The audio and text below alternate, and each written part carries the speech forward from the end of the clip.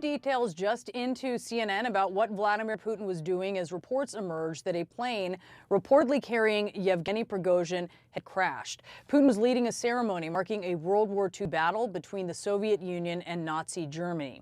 And we're also now seeing just released data from Flight Radar 24 that reveals what happened in the plane's moments. The jet, according to the tracking site, leveled off at 28,000 feet, but it had erratic climbs and descents in its final minutes, and the plane dropped 8,000 feet per minute before data transmission stopped. Out front now, Mary Schiavo, former Inspector General for the U.S. Department of Transportation. Mary, thank you so much for bringing your expertise tonight. I want to play again that video of the plane that is falling out of the sky. You were an expert on plane crashes. What do you think happened looking at this video? Well, there's so many clues here in the video. First of all, as you mentioned, it was at 28,000 feet in cruise. That's the safest part of the flight. With the seemingly missing the wing, and this simply doesn't happen. Commercial airliners, commercial planes, modern aircraft do not lose the wing. In my decades of working on plane crashes, I've only had one commercial plane that lost a wing, and it was 54 years old.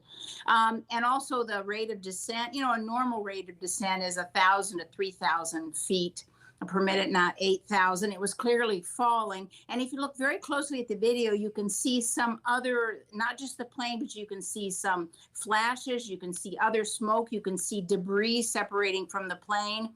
So there's just so many clues here that this was an explosion on the plane or a missile strike. And by the way, the descent is like other shoot downs we've seen, like MH17, the jetliner that was shot down by a Russian missile, and the Ukraine Airlines that was shot down by Iran. So we have a lot of clues in this video. Let's take a look, a close-up look of what appears to be the missing wing here. Tell us what you were seeing. Well, that's what it appears to be, and there have been some reports. Now, we don't know if they're reliable yet. That there were others that reported that seeing a missing wing and perhaps even an engine that fell separate, or part of the tail that fell separate from the plane. But you just do not have a situation where a modern aircraft, and this airplane, I mean, I'm familiar with the Embraer. You see, is a modern plane, and it just never happens. You do not lose a wing from your aircraft in this day and age. I want to take a look at what is left of the plane after it crashed. It is completely engulfed in flames.